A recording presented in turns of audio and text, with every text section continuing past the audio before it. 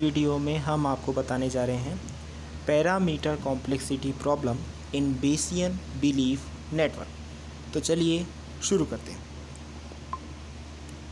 सबसे पहले हमें यह बताना है कि बेसियन बिलीफ नेटवर्क में फुल जॉइंट जो फुल जॉइंट डिस्ट्रीब्यूशन होता है उसे डिफ़ाइन करने के लिए हमने पिछले वीडियोस में आपको एक इक्वेशन बताई थी। उस इक्वेशन के बारे में हम यहाँ पर सबसे पहले बताएंगे। तो यहाँ पर हम सबसे पहले फुल जॉइंट डिस्ट्रीब्यूशन का इक्वेशन लिखने जा रहे हैं। जो फुल जॉइंट डिस्ट्रीब्यूशन के लिए बेसियन बिलीफ नेटवर्क में इक्वेशन कुछ इस तरीके से होती है। वो होती है P x1 x2 dash dash dash xn equal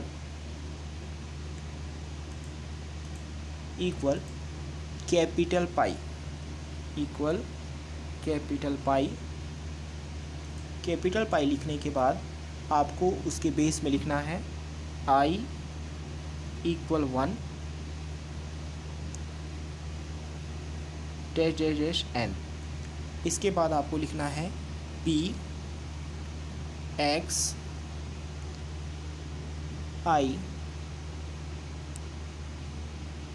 bar P A x I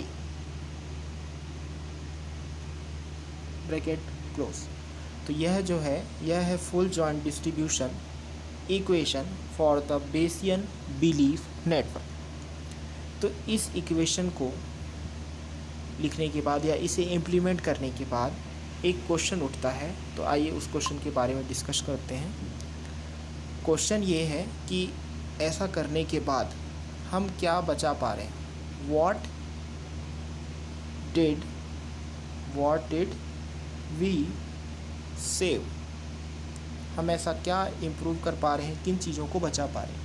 तो इसे समझने के लिए हम एक एग्ज़ाम्पल ले रहे हैं जिसका नाम है अलार्म एग्ज़ाम्पल। जिसका नाम क्या है? Alarm example. तो आइए इस एग्ज़ाम्पल के बारे में डिटेल में एक बार समझते हैं कि एक्चुअली एक एग्ज़ाम्पल क्या है। इसमें सबसे पहले सेंटर में हमारा सेंटर पॉइंट में होता है अलार्म होता है। अब ये अलार्म क्यों रेज़ होता है? अब ये अलार्म रेज़ होने के कुछ कारण होते हैं, जैसे कि फर्स्ट, या फिर आप कोई भी अपने हिसाब से नंबरिंग कर सकते हैं। जैसे कि फर्स्ट रीज़न यहाँ पे हम ले रहे हैं अर्थक्वेक या फिर बर्गलरी,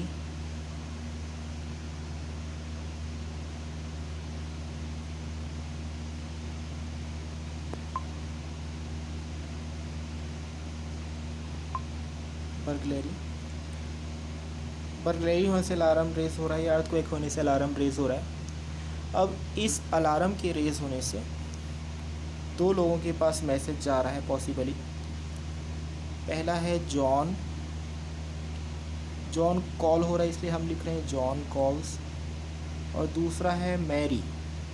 दूसरा क्या है? मैरी भी कॉल हो रहा है इसलिए हम लिख रहे हैं मैरी कॉल्स। तो यहाँ पर आप देख सकते हैं आपके पास जो नंबर ऑफ़ वेरिएबल्स कितने हो गए? नंबर ऑफ़ वेरिएबल्स कितने हैं? 5। यहाँ पर जो ऑल 5 वेरिएबल्स हैं वो 5 वेरिएबल्स क्या हैं? एक बाइनरी वेरिएबल्स हैं। वो 5 वेरिएबल्स क्या हैं? एक बाइनरी वेरिएबल्स हैं। तो ये जो बाइनरी वेरिएबल्स हैं इनकी दो पॉसिबल वैल्यूज़ हो सकते हैं। फर्स्ट हो सकता है ट्रू और सेकंड हो सकता है फॉल्स। दो पॉसिबल वैल्यूज़ हो सकते हैं। अब यदि हम इसमें फुल जॉइंट के लिए बात करें तो सबसे पहले हम फुल जॉइंट के लिए आपको बताते हैं नंबर ऑफ़ पैरामीटर्स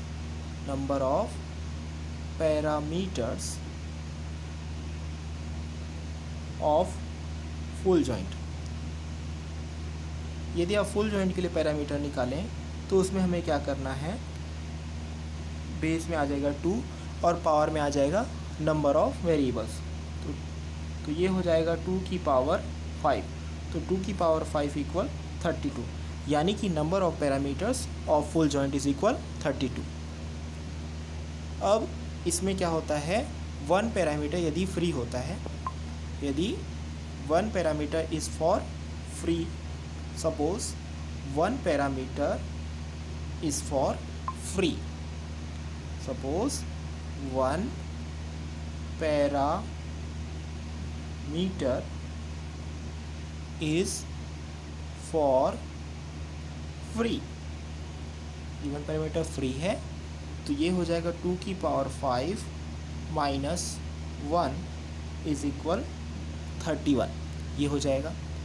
यदि हमको कैलकुलेट करना है नंबर ऑफ पैरामीटर्स, यदि हमको कैलकुलेट करना है नंबर ऑफ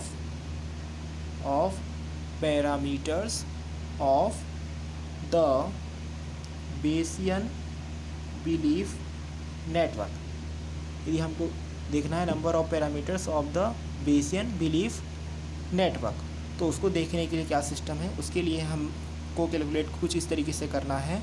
हमको लेना है 2 की पावर 3 प्लस 2 इंटू 2 की पावर 2 प्लस 2 इंटू 2, यदि आप ये कैलकुलेट करेंगे तो ये हो जाएगा 8 प्लस 4 इज इक्वल 20। यहाँ पर number of parameters of the Bayesian belief network क्या हो जाएगा, 20। यदि सपोज हम ये कंसिडर कर रहे हैं कि एक पैरामीटर हर कंडीशन के लिए क्या है, फ्री है, यानी कि one parameter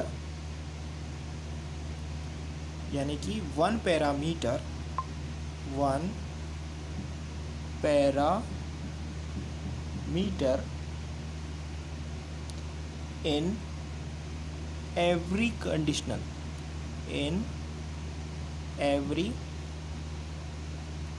conditional is for free, यानी कि हर कंडीशन में वन पैरामीटर फ्री है। तो ये कुछ इस तरीके से हो जाएगा 2 की power 2 plus 2 into 2 plus 2 into 1, तो इसका फाइनल आंसर क्या हो जाएगा, इसका आंसर हो जाएगा 10। तो इस वीडियो में बस इतना ही। नेक्स्ट वीडियो में हम बात करेंगे इन्फेरेंस इन बेसियन नेटवर्क्स।